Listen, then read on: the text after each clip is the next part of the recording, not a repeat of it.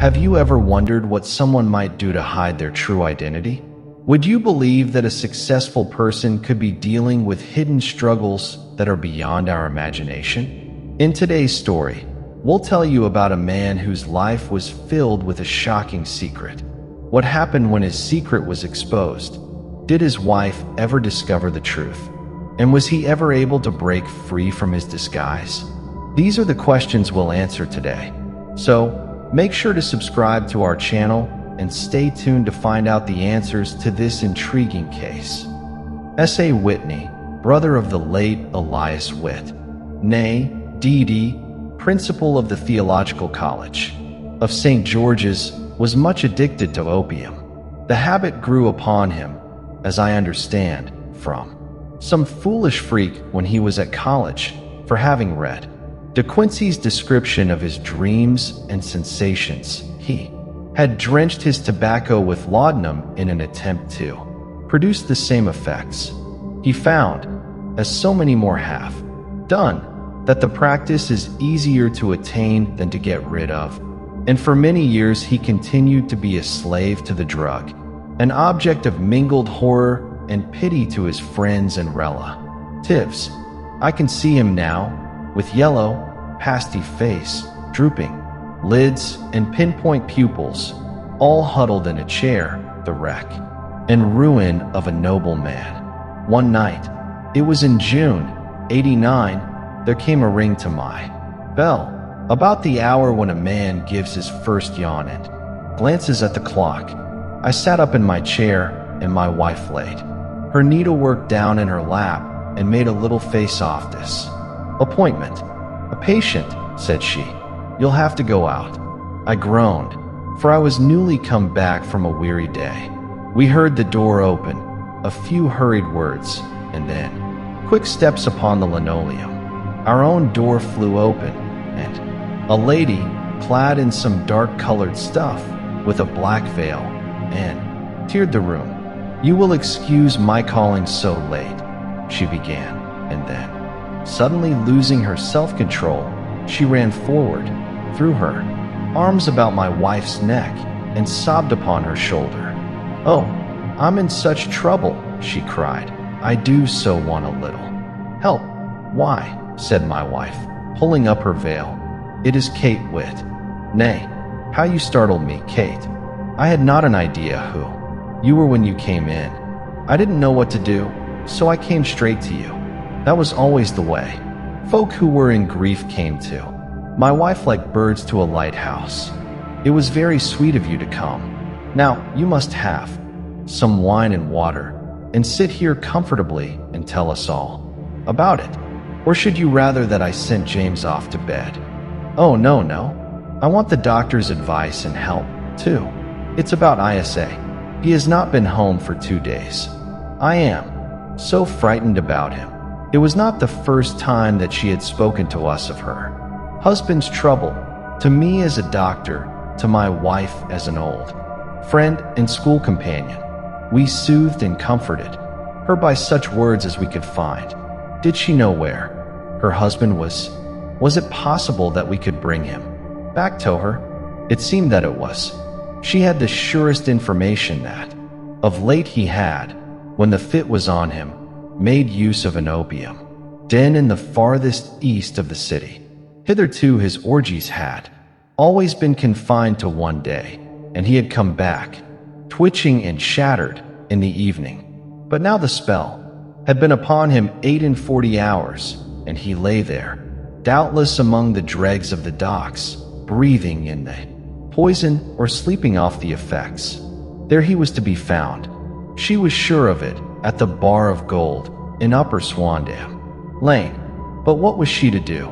How could she, a young and timid woman, make her way into such a place and pluck her husband out from among the ruffians who surrounded him? There was the case, and of course there was but one way out of it. Might I not escort her to this place? And then, as a second thought, why should she come at all? I was Isa, Whitney's medical advisor, and as such I had influence over him. I could manage it better if I were alone. I promised. her on my word that I would send him home in a cab within 2 hours if he were indeed at the address which she had given me. And so in 10 minutes I had left my armchair and cheery sitting room behind me and was speeding east, Ward in a hansom on a strange errand, as it seemed to me at the time, though the future only could show how strange it was to be. But there was no great difficulty in the first stage of my adventure. Upper Swandam Lane is a vile alley lurking behind the high wharves which line the north side of the river, to the east of London Bridge, between a slop shop and a gin shop, approached by a steep flight of steps leading down to a black gap like the mouth of a cave. I found the den of which I was in search. Ordering my cab to wait, I passed down the steps, worn hollow in the center by the ceaseless tread of drunken feet and by the light of a flickering oil lamp. Above the door I found the latch and made my way into a long, low room, thick and heavy with the brown opium smoke, and terraced with wooden berths like the forecastle of an emigrant ship. Through the gloom one could dimly catch a glimpse of bodies lying in strange fantastic poses, bowed shoulders, bent knees, heads thrown back and chins pointing upward, with here and there a dark, lackluster I turned upon the new comer. Out of the black shadows there glimmered little red circles of light, now bright, now faint, as the burning poison waxed or waned in the bowls of the metal pipes. The most lay silent, but some muttered to themselves and others talked together in a strange, low, monotonous voice, their conversa, tie-in coming in gushes, and then suddenly tailing off into SI lengths, each mumbling out his own thoughts and paying little heed to the words of his neighbor. At the farther end was a small brazier of burning charcoal, beside which on a jaw resting upon his two fists and his elbows upon his knees, staring into the fire. As I entered, a sallow Malay attendant had hurried up with a pipe for me and a supply of the drug, beckoning me to an empty berth. "Thank you. I have not come to stay," said I. "There is a friend of mine here, Mr. Isa Whitney, and I wish to speak with him." There was a movement and an exclamation from my right, and, peering through the gloom, I saw Whitney, pale, haggard, and unkempt, staring out at me. "My God, it's Watson," said he. He was in a pitiable state of reaction, with every nerve in a twitter. "I say, what? Son, what o'clock is it?" "Nearly 11. "Of what day?" "Of Friday, June 19th. "Good heavens. It was Wednesday. It is wed. Neste. What do you want to frighten a chap for?" He sank his face onto his arms and began to sob in a high treble key. "I tell you that it is Friday, man. Your wife has been waiting this 2 days for you. You should be ashamed of yourself." "So I am. Beauty of ye got mixed, Watson, for I have only been here a few hours. 3 pipes, for pipes, I forget how many, but I'll go home with you. I wouldn't frighten Kate, poor little Kate. Give me your hand. Have you a cab?" "Yes, I have one waiting." "Then I shall go in it. But I must owe something." "Find what I owe, Watson. I am all off color. I can do nothing for myself." A walk down the narrow passage between the double row of sleepers, holding my breath to keep out the vile, stupefying fumes of the drug, and looking about for the manager. As I passed the tall man who sat by the brazier, I felt a sudden pluck at my skirt, and a low voice whispered, "Walk past me, and then look back at me." The words fell quite distinctly upon my ear. I glanced down. They could only have come from the old man at my side, and yet he sat now as absorbed as ever, very thin, very wrinkled, bent with age, an opium pipe dangling down from between his knees as though it had dropped in sheer lassitude from his fingers. I took 2 steps forward and looked back. It took all my self-control to prevent me from breaking out into a cry of astonishment. He had turned his back so that none could see him but I. His form had filled out, his wrinkles were gone, the dull eyes had regained their fire, and there, sitting by the fire and grinning at my surprise, was none other than Sherlock Holmes. He made a slight motion to me to approach him, and instantly, as he turned his face half round to the company once more, subsided into a doddering, loose-lipped senility. "Holmes," I whispered, "what on earth are you doing in this den?" "As low as you can," he answered. "I have excellent ears. If you would have the great kindness to get rid of that sottish friend of yours, I should be exceedingly glad to have a little talk with you. I have a cab outside." "Then pray send him home in it. You may safely trust him, for he appears to be too limp to get into any mischief. I should recommend you also to send a note by the cabman to your wife to say that you have thrown in your lot with me. If you will wait outside, I shall be with you in 5 minutes." It was difficult to refuse any of Sherlock Holmes's requests, for they were always so exceedingly definite and put forward with such a quiet air of mastery. I felt, however, that when Whitney was once confined and the cabman mission was practically accomplished, and for the rest, I could not wish anything better than to be associated with my friend in one of those singular adventures which were the normal condition of his existence. In a few minutes I had written my note, paid Whitney's bill, let him out to the cab, and seen him driven through the darkness. In a very short time a decrepit figure had emerged from the opium den, and I was walking down the street with Sherlock Holmes. For 2 streets he shuffled, along with a bent back and an uncertain foot. Then, glancing quickly round, he straightened himself out and burst into a hearty fit of laughter. "I suppose, Watson," said he, "that you imagine that I have added opium smoking to cocaine injections and all the other little weaknesses on which you have favored me with your medical views. I was certainly surprised to find you there, but not more so than I to find you. I came to find a friend, and I to find an enemy." "An enemy?" "Yes, one of my natural enemies, or shall I say my natural prey. Briefly, Watson, I am in the midst of a very remarkable inquiry, and I have hoped to find a clue in the incoherent ramblings of these sots, as I have done before now.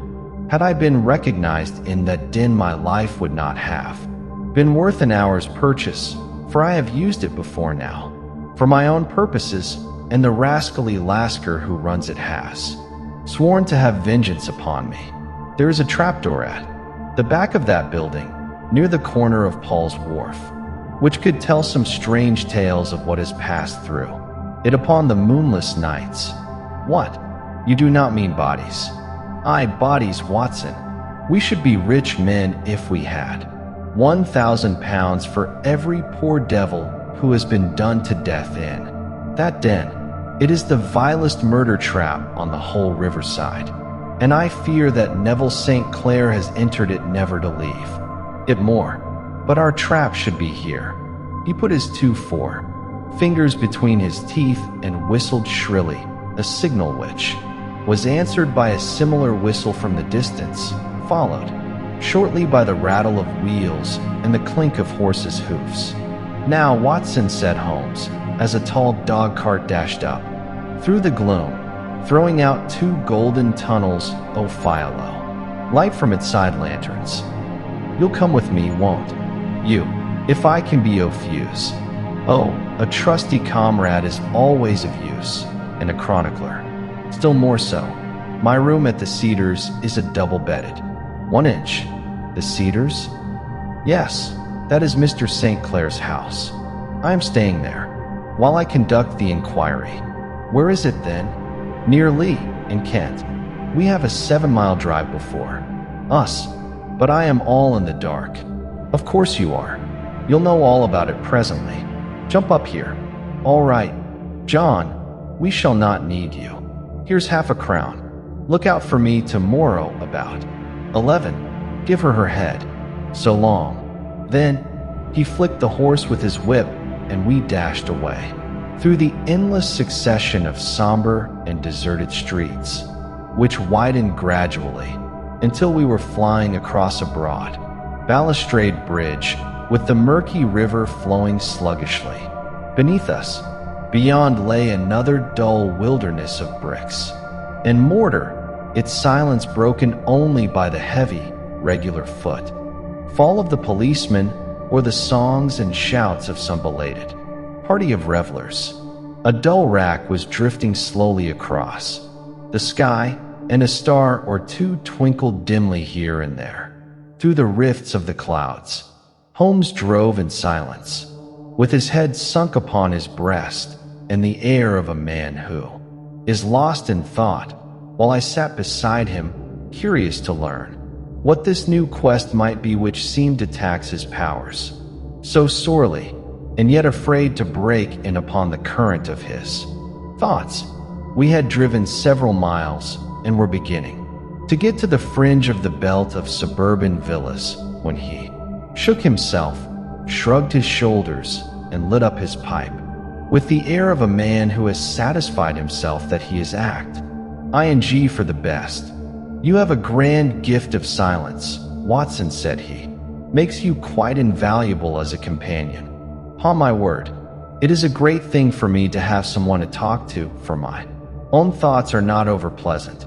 I was wondering what I should say to this dear little woman tonight when she meets me at the door. You forget that I know nothing about it. I shall just have time to tell you the facts of the case for we get to Lee. It seems absurdly simple, and yet somehow I can get nothing to go upon. There's plenty of thread, no doubt, but I can't get the end of it into my hand.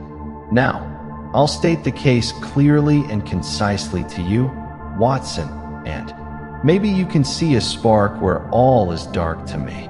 Proceed, then. Some years ago, to be definite, in May 1884, there came to Lee a gentleman, Neville St. Clair by name, who appeared to have plenty of money. He took a large villa, laid out the grounds very nicely, and lived generally in good style. By degrees he made friends in the neighborhood, and in 1887 he married the daughter of a local brewer, by whom he now has 2 children. He had no occupation, but was interested in several companies, and went into town as a rule in the morn, returning by the 5.14 from Cannon Street every night. Mr. St. Clair is now 37 years of age, is a man of temperate habits, a good husband, a very affectionate father, and a man who is popular with all who know him. I may add that his whole debts at the present moment, as far as we have been able to ascertain, amount to £88 1 OS, while he has £220 standing to his credit in the capital and counties bank. There is no reason, therefore, to think that money troubles have been weighing upon his mind. Last Monday, Mr. Neville St. Clair went into town rather earlier than usual, remarking before he started that he had 2 important commissions to perform and that he would bring his little boy home a box of bricks. Now, by the merest chance, his wife received a telegram upon this same Monday, very shortly after his departure, to the effect that a small parcel of considerable value which she had been expecting was waiting for her at the offices of the Aberdeen Shipping Company. Now, if you are well up in your London, you will know that the offices of the company is in Fresno Street, which branches out of Upper Swandam Lane, where you found me tonight. Mrs. St. Clair had her lunch, started for the city, did some shopping, proceeded to the companies of Vice, got her packet, and found herself at exactly 4.35 walking through Swandam Lane on her way back to the station. Have you followed me so far? It is very clear. If you remember, Monday was an exceedingly hot day, and Mrs. St. Clair walked slowly, glancing about in the hope of seeing a cab, as she did not like the neighborhood in which she found herself. While she was walking in this way, down Swandam Lane, she suddenly heard an ejaculation or cry, and was struck cold to see her husband looking down at her, and, as it seemed to her, beckoning to her from a second floor window. The window was open, and she distinctly saw his face, which she describes as being terribly agitated. He waved his hands frantically to her, and then vanished from the window so suddenly that it seemed to her that he had been plucked back by some irresistible force from behind. One singular point which struck her quick feminine eye was that, although he wore some dark coat, such as he had started to town in, he had on neither collar nor necktie. Convinced that something was amiss with him, she rushed down the steps, for the house was none other than the opium den in which you found me tonight, and running through the front room, she attempted to ascend the stairs which led to the first floor. At the foot of the stairs, however, she met this Lascar scoundrel of whom I have spoken, who thrust her back, and, aided by a Dane who acts as assistant there, pushed her out into the street. Filled with the most mad, denning doubts and fears, she rushed down the lane, and by rare good fortune met, in Fresno Street, a number of consta, blessed with an inspector, all on their way to their beat. The inspector and 2 men accompanied her back, and in spite of the continued resistance of the proprietor, they made their way to the room in which Mr. St. Clair had last been seen. There was no sign of him there. In fact, in the whole of that, for there was no one to be found, save a crippled wretch of hideous aspect, who, it seems, made his home there. Both he and the Lascar stoutly swore that no one else had been in the front room during the afternoon. So determined was their denial that the inspector was staggered and had almost come to believe that Mrs. St. Clair had been deluded when, with a cry, she sprang at a small deal box which lay upon the table, and tore the lid from it. Out there fell a cascade of children's bricks. It was the toy which he had promised to bring home. This discovery, and the evident confusion which the cripple showed, made the inspector realize that the matter was serious. The rooms were carefully examined, and results all pointed to an abominable crime. The front room was plainly furnished as a sitting room, and led into a small bedroom, which looked out upon the back of one of the wharves. Between the wharf and the bedroom window is a narrow strip, which is dry at low tide, but is covered at high tide with at least 4.5 feet of water. The bedroom window was a broad one, and opened from below. On examination, traces of blood were to be seen upon the window sill, and several scattered drops were visible upon the wooden floor of the bed room. Thrust away behind a curtain in the front room were all the clothes of Mr. Neville St. Clair, with the exception of his coat, his boots, his socks, his hat, and his watch. All were there. There were no signs of violence upon any of these garments, and there were no other traces of Mr. Neville St. Clair. Out of the window, he must apparently have gone, for no other exit could be discovered, and the ominous blood stains upon the sill gave little promise that he could save himself by swimming, for the tide was at its very highest at the moment of the tragedy. And now as to the villains who seemed to be immediately implicated in the matter. The Lascar was known to be a man of the vilest antecedents, but as, by Mrs. St. Clair's STO, he was known to have been at the foot of the stair within a very few seconds of her husband's appearance at the window. He could hardly have been more than an accessory to the crime. His defense was one of absolute ignorance, and he protested that he had no knowledge as to the doings of Hugh Boone, his lodger, and that he could not account in any way for the presence of the missing gentleman's clothes. So much for the Lasker manager. Now for the sinister cripple who lives upon the second floor of the opium den, and who was certainly the last human being whose eyes rested upon Neville St. Clair. His name is Hugh Boone, and his hideous face is one which is familiar to every man who goes much to the city. He is a professional beggar, though, in order to avoid the police regulations, he pretends to a small trade in wax vestas, some little distance down Threadneedle Street. Upon the left-hand side, there is, as you may have marked, a small angle in the wall. Here it is that this Crete takes his daily seat, cross-legged, with his tiny stock of matches on his lap, and, as he is a piteous spectacle, a small rain of charity descends into the greasy leather cap which lies upon the pavement beside him. I have watched the fellow more than once before ever I thought of making his professional acquaintance, and I have been surprised at the harvest which he has reaped in a short time. His appearance, you see, is so remarkable that no one can pass him without serving him. A shock of orange hair, a pale face disfigured by a horrible scar, which, by its contraction, has turned up the outer edge of his upper lip, a bulldog chin, and a pair of very penetrating dark eyes, which present a singular contrast to the color of his hair. All mark him out from amid the calm crowd of mendicants, and so, too, does his wit, for he is ever ready with a reply to any piece of chaff which may be thrown at him by the passers-by. This is the man whom we now learn to have been the lodger at the opium den, and to have been the last man to see the gentleman of whom we are in quest. But a cripple, said I.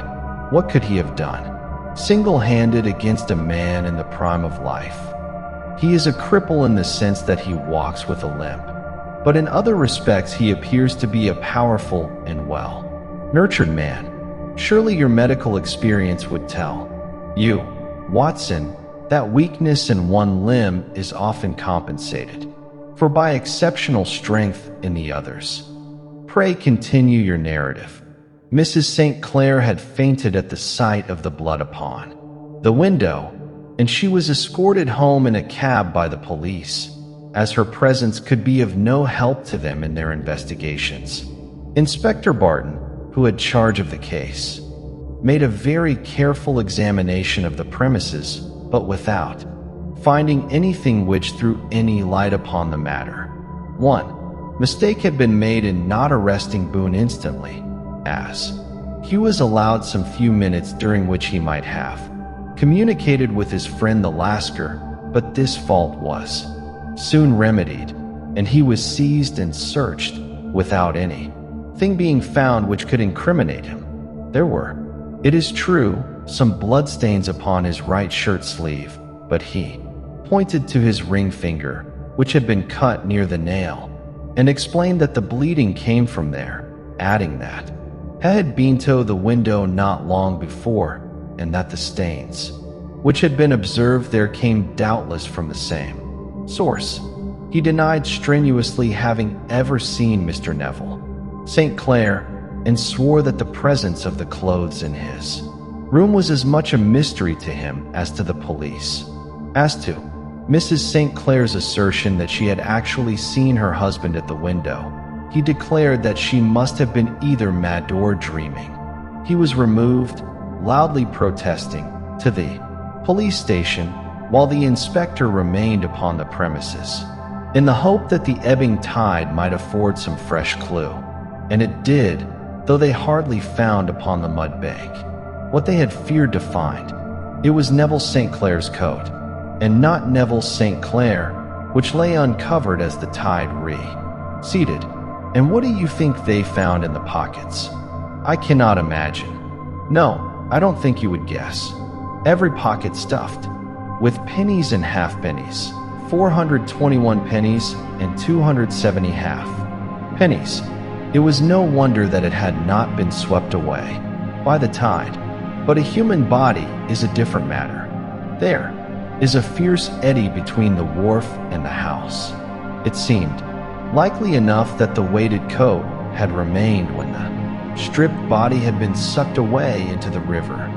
But I understand that all the other clothes were found in the room. Would the body be dressed in a coat alone? No, sir, but the fact might be met speciously enough. Suppose that this man Boone had thrust Neville St. Clair through the window. There is no human eye which could have seen the deed. What would he do then? It would, of course, instantly strike him that he must get rid of the telltale garments. He would seize the coat, then, and be in the act of throwing it out when it would occur to him that it would swim and not sink. He has little time, for he has heard the scuffle downstairs when the wife tried to force her way up, and perhaps he has already heard from his Lascar confederate that the police are hurrying up the street. There is not an instant to be lost. He rushes to some secret hoard where he has accumulated the fruits of his beggary, and he stuffs all the coins upon which he can lay his hands into the pockets to make sure of the coat's sinking. He throws it out, and would have done the same with the other garments had not he heard the rush of steps below, and only just had time to close the window when the police appeared. It certainly sounds feasible. Well, we will take it as a working hypothesis for want of a better. Boone, as I have told you, was arrested and taken to the station, but it could not be shown that there had ever before been anything against him. He had for years been known as a professional beggar, but his life appeared to have been a very quiet and innocent one. There the matter stands at present, and the questions which have to be solved. What Neville St. Clair was doing in the opium den, what happened to him when there, where is he now, and what Hugh Boone had to do with his disappearance, are all as far from a solution as ever. I confess that I cannot recall any case within my experience which looked at the first glance so simple, and yet which presented such difficulties. While Sherlock Holmes had been detailing this singular series of events, we had been whirling through the outskirts of the great town until the last straggling houses had been left behind, and we rattled along with a country hedge upon either side of us. Just as he finished, however, we drove through two scattered villages where a few lights still gleam, mirrored in the windows. "We are on the outskirts of Lee," said my companion. "We have touched on 3 English counties in our short drive, starting in Middlesex, passing over an angle of Surrey, and ending in Kent. See that light among the trees? That is the Cedars, and beside that lamp sits a woman whose anxious ears have already, I have little doubt, caught the clink of our horses' feet. But why are you not conducting the case from Baker Street?" I asked. "Because there are many inquiries which must be made out here. Mrs. St. Clair has most kindly put 2 rooms at my disposal, and you may rest assured that she will have nothing but a welcome from my friend and colleague. I hate to meet her, Watson, when I have no news of her husband. Here we are." Whoa. We had pulled up in front of a large villa which stood within its own grounds. A stable boy had run out to the horses' head, and, springing down, I followed Holmes up the small, winding gravel drive which led to the house. As we approached, the door flew open, and a little blonde woman stood in the opening, clad in some sort of light mousseline de soie, with a touch of fluffy pink chiffon at her neck and wrists. She stood with her figure outlined against the flood of light, one hand upon the door, one half raised in her eagerness, her body slightly bent, her head and face protrude, with eager eyes and parted lips, a standing case. "Tyen, well," she cried, Well, and then, seeing that there were two of us, she gave a cry of hope which sank into a groan as she saw that my companion shook his head and shrugged his shoulders. No good news. None. No bad. No. Thank God for that. But come in. You must be weary, for you have had a long day. This is my friend, Dr. Watson. He has been of most vital use to me in several of my cases, and a lucky chance has made it possible for me to bring him out and associate him with this investigation. I am delighted to see you, said she, pressing my hand warmly. You will, I am sure, forgive anything that may be wanting in our arrangements when you consider the blow which has come so suddenly upon us. My dear madam, said I am an old campaigner, and if I were not, I can very well see that no apology is needed. If I can be of any assistance, either to you or to my friend here, I shall be indeed happy. Now, Mr. Sherlock Holmes, said the lady as we entered a well-lit dining room, upon the table of which a cold supper had been laid out, I should very much like to ask you one or two plain questions, to which I beg that you will give a plain answer. Certainly, madam. Do not trouble about my feelings. I am not hysterical, nor given to fainting. I simply wish to hear your real opinion. Upon what point, in your heart of hearts, do you think that Neville is alive? Sherlock Holmes seemed to be embarrassed by the case. Tie-in. Frankly, now, she repeated, standing upon the rug and looking keenly down at him as he leaned back in a basket chair. Frankly, then, madam, I do not. You think that he is dead? Ito, murdered? I don't say that. Perhaps. And on what day did he meet his death? On Monday.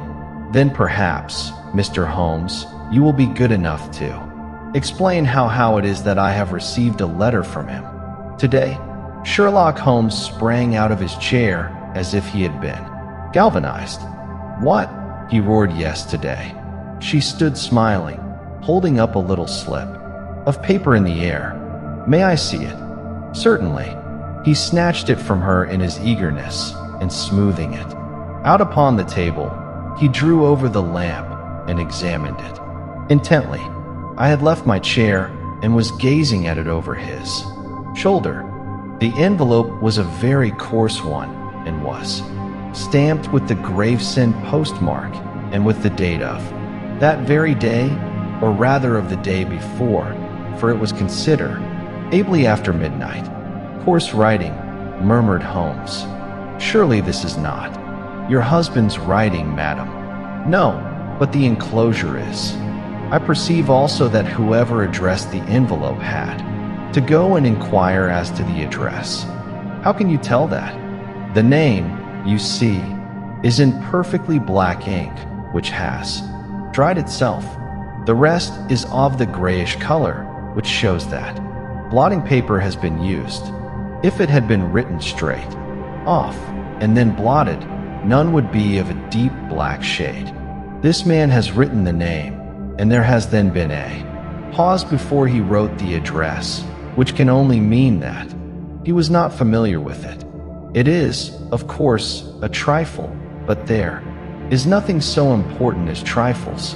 Let us now see the letter. There has been an enclosure here. Yes, there was a ring. His signet ring. And you are sure that this is your husband's hand? One of his hands. His hand when he wrote hurriedly. It is very unlike his usual writing, and yet I know it well. Dearest, do not be frightened. All will come well. There is a huge error which it may take some little time to rectify. Wait in patience, Neville. Written in pencil upon the fly. Leaf of a book, octavo size, no watermark. Posted. Today in Gravesend by a man with a dirty thumb. And the flap has been gummed, if I am not very much in error, by a person who had been chewing tobacco. And you have no doubt that it is your husband's hand? Madam, none. Neville wrote those words, and they were posted today at Gravesend. Well, Mrs. St. Clair, the clouds lighten, though I should not venture to say that the danger is over. But he must be alive, Mr. Holmes, unless this is a clever forgery to put us on the wrong scent. The ring, after all, proves nothing. It may have been taken from him. No, it is his very own writing. Very well. It may, however, have been written on Maud Day and only posted today. That is possible. If so, much may have happened between. Oh, you must not discourage me, Mr. Holmes. I know that all is well with him. There is so keen a sympathy between us that I should know if evil came upon him. On the very day that I saw him last, he cut himself in the bedroom, and yet I in the dining room rushed upstairs instantly with the utmost certainty that something had happened. Do you think that I would respond to such a trifle and yet be ignorant of his death? I have seen too much not to know that the impression of a woman may be more valuable than the conclusion of an analytical reasoner. And in this letter you certainly have a very strong piece of evidence to corroborate your view. But if your husband is alive and able to write letters, why should he remain away from you? I cannot imagine. It is unthinkable. And on Monday he made no remarks before leaving. You? No. And you were surprised to see him in Swandam Lane? Very much so. Was the window open? Yes. Then he might have called to you? He might. He only, as I understand, gave an inarticulate cry? Yes. A call for help, you thought? Yes. He waved his hands. But it might have been a cry of surprise. Astonishment at the unexpected sight of you might cause him to throw up his hands. It is possible. And you thought he was pulled back? He disappeared so suddenly. He might have leaped back. You did not see anyone else in the room? No, but this horrible man confessed to having been there. And the Lascar was at the foot of the stairs. Quite so. Your husband, as far as you could see, had his ordinary clothes on, but without his collar or tie. I distinctly saw his bare throat. Had he ever spoken of Swandam Lane? Never. Had he ever showed any signs of having taken opium? Never. Thank you, Mrs. St. Clair. Those are the principal points, about which I wish to be absolutely clear. We shall now have a little supper and then retire, for we may have a very busy day tomorrow. A large and comfortable double-bedded room had been placed at our disposal, and I was quickly between the sheets, for I was weary after my night of adventure. Sherlock Holmes was a man, however, who, when he had an unsolved problem upon his mind, would go for days and even for a week without rest, turning it over, rearranging his facts, ing at it from every point of view, until he had either owned it or convinced himself that his data were insufficient. It was soon evident to me that he was now preparing for an all-night sitting. He took off his coat and waistcoat, put on a large blue dressing gown, and then wandered about the room collecting pillows from his bed and cushions from the sofa and armchairs. With these he constructed a sort of Eastern divan, upon which he perched himself cross-legged, with an ounce of shag tobacco and a box of matches laid out in front of him.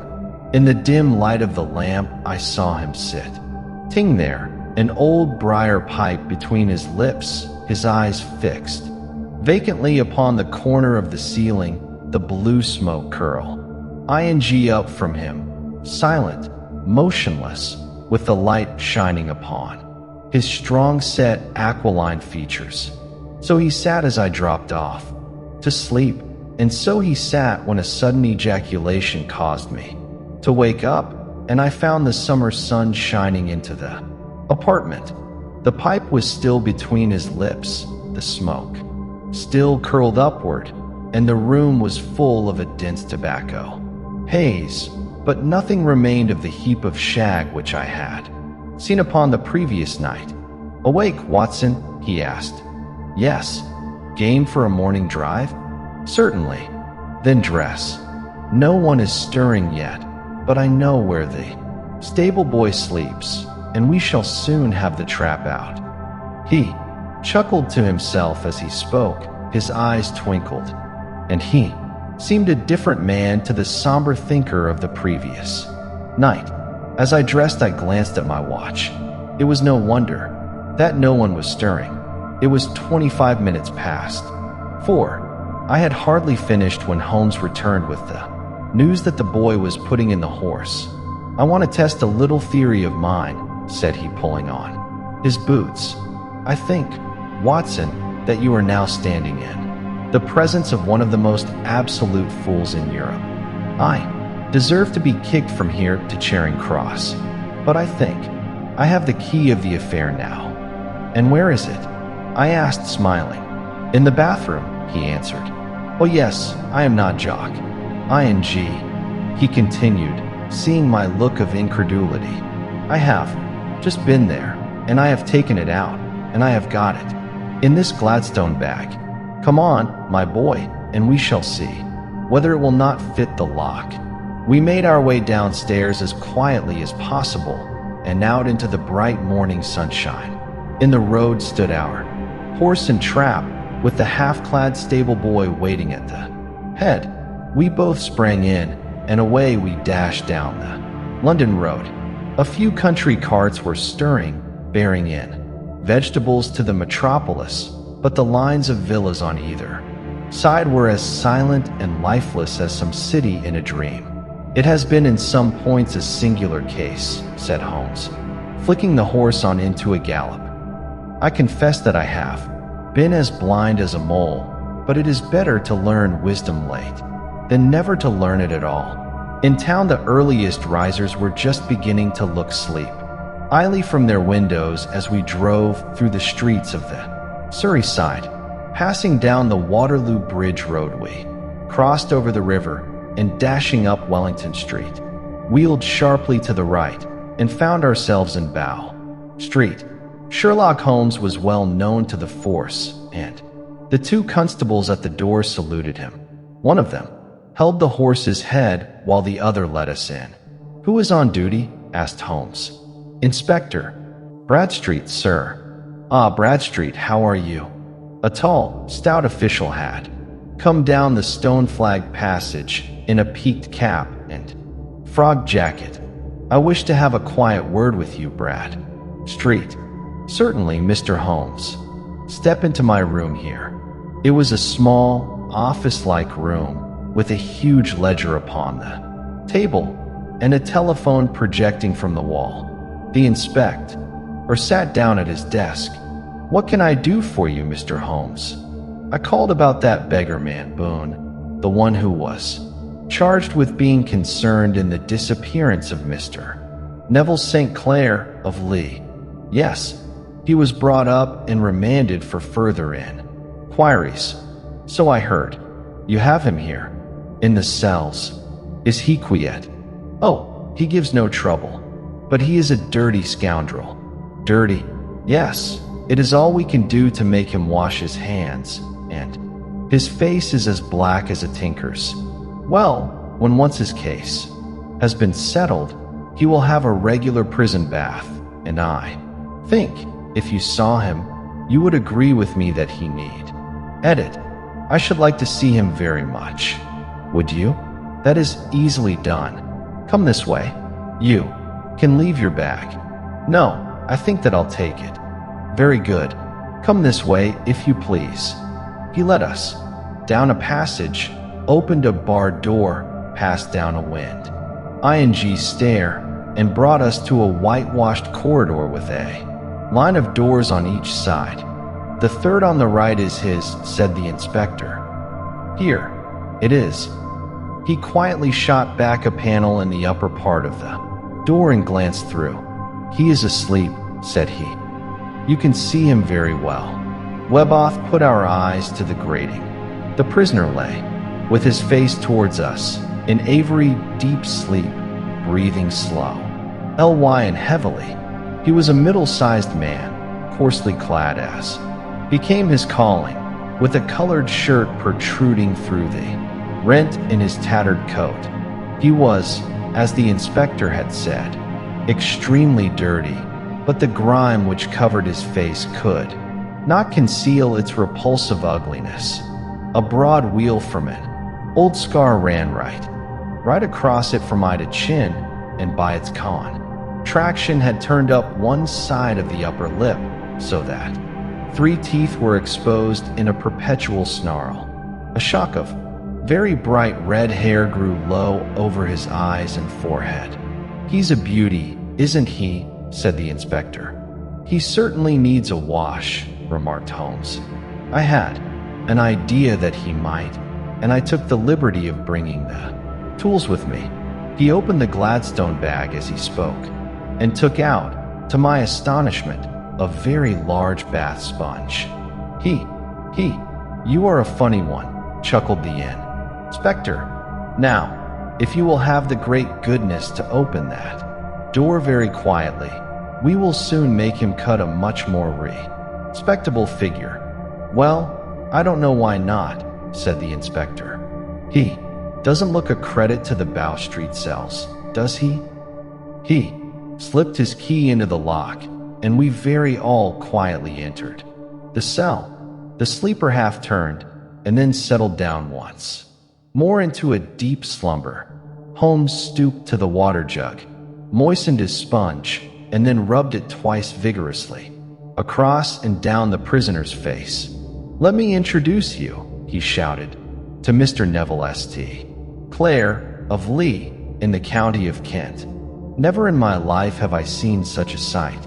The man's face peeled off under the sponge like the bark from a tree. Gone was the coarse brown tint. Gone, too, was the horrid scar which had seamed it across, and the twisted lip which had given the repulsive sneer to the face. A twitch brought away the tangled red hair, and there, sitting up in his bed, was a pale, sad-faced, refined-looking man, black-haired and smooth-skinned, rubbing his eyes and staring about him with sleepy bewilderment. Then, suddenly realizing the exposure, he broke into a scream and threw himself down with his face to the pillow. "Great heavens!" cried the inspector. "It is indeed the missing man. I know him from the photograph." The prisoner turned with it, abandons himself to his destiny. "Pray, what am I charged with?" "Reckless air of a man who—" "Be it so," said he, "and with making away with Mr. Neville St. You can't be charged with that unless they make a case of attempted suicide of it," said the inspector with a grin. "Well, I have been 27 years in the force, but this, oh come, really takes the cake. If I am Mr. Neville St. Clair, then it is obvious that no crime has been committed, and that, therefore, I am detained. No crime, but a very great error has been committed," said Holmes. "You would have done better to have truing that your wife." "It was not the wife, it was the children," groaned the prisoner. "God help me, I would not have them ashamed of their father. My God, what an exposure! What can I do?" Sherlock Holmes sat down beside him on the couch and patted him kindly on the shoulder. "If you leave it to a court of law to clear the matter up," said he, "of course you can hardly avoid publicity. On the other hand, if you convince the police authorities that there is no possible case against you, I do not know that there is any reason that the details should find their way into the papers. Inspector Bradstreet would, I am sure, make notes upon any thing which you might tell us, and submit it to the proper authorities. The case would then never go into court at all." "God bless you," cried the prisoner passionately. "I would have endured imprisonment, aye, even execution, rather than have left my miserable secret as a family blot to my children. You are the first who have ever heard my story.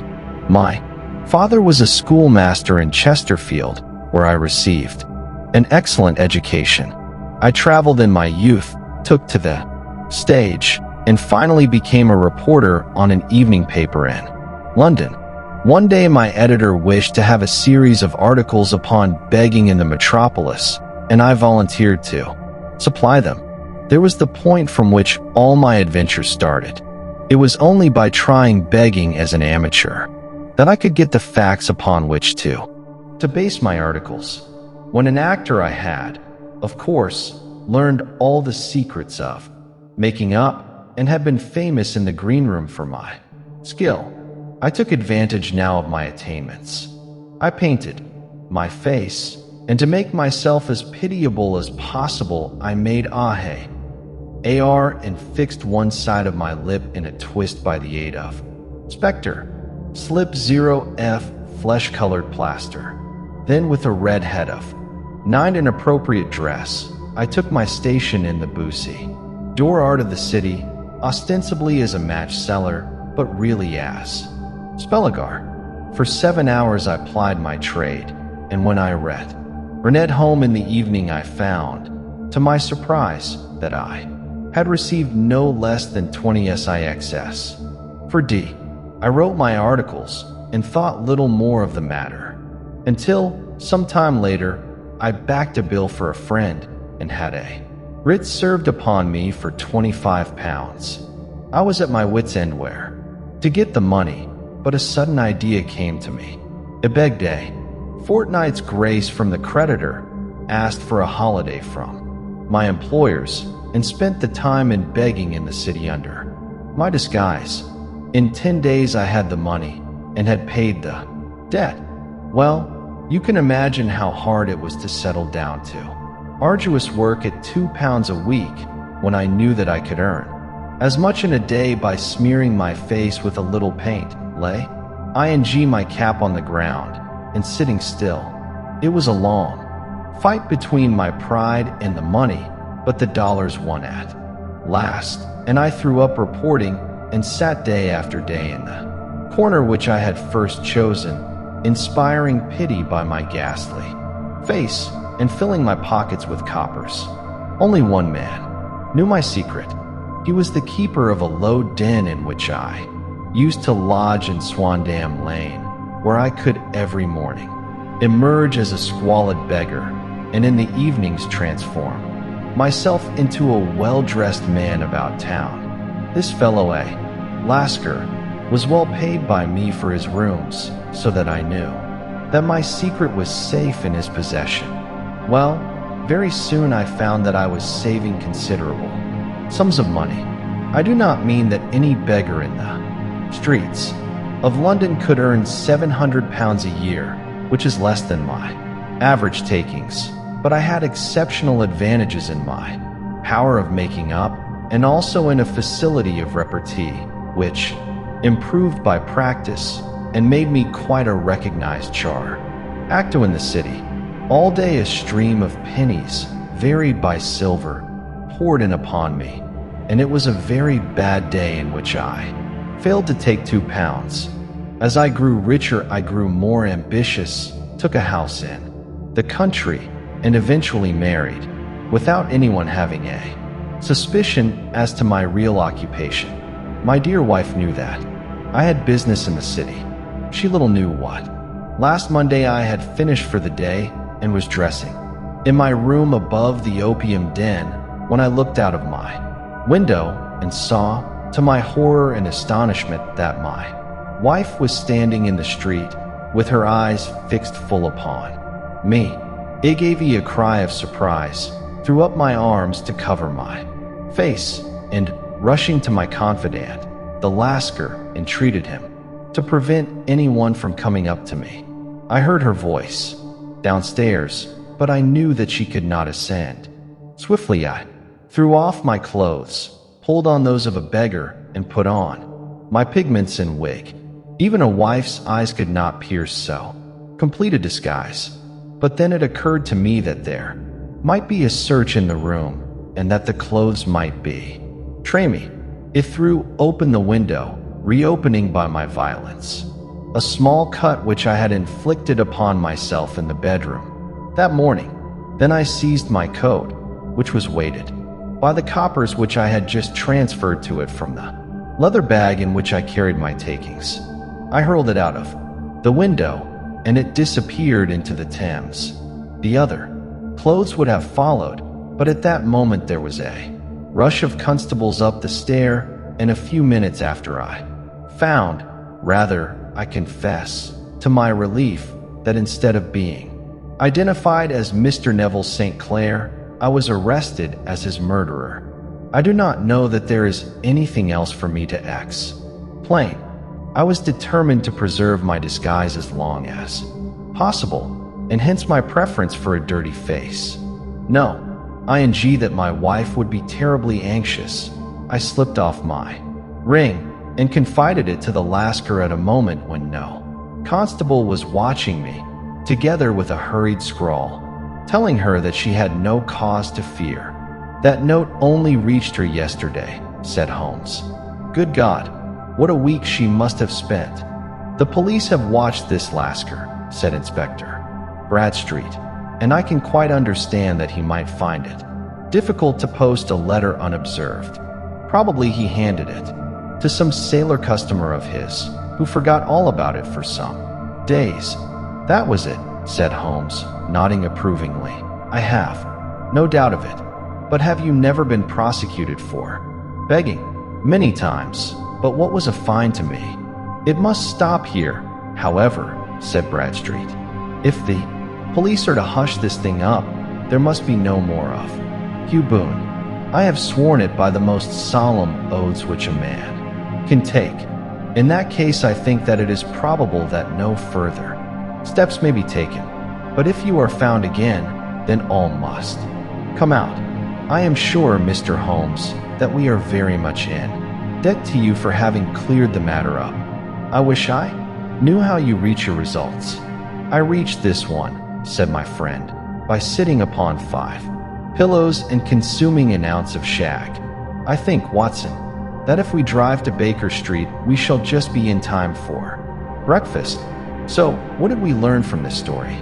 Sometimes, what we see on the surface is just a disguise, and beneath that, there might be things we never expect. This story teaches us that no matter how hard we try to hide the truth, it always finds its way out. It also reminds us that our actions will always catch up with us in the end. So what do you think about this story? What lesson did you take away from it? We'd love to hear your thoughts.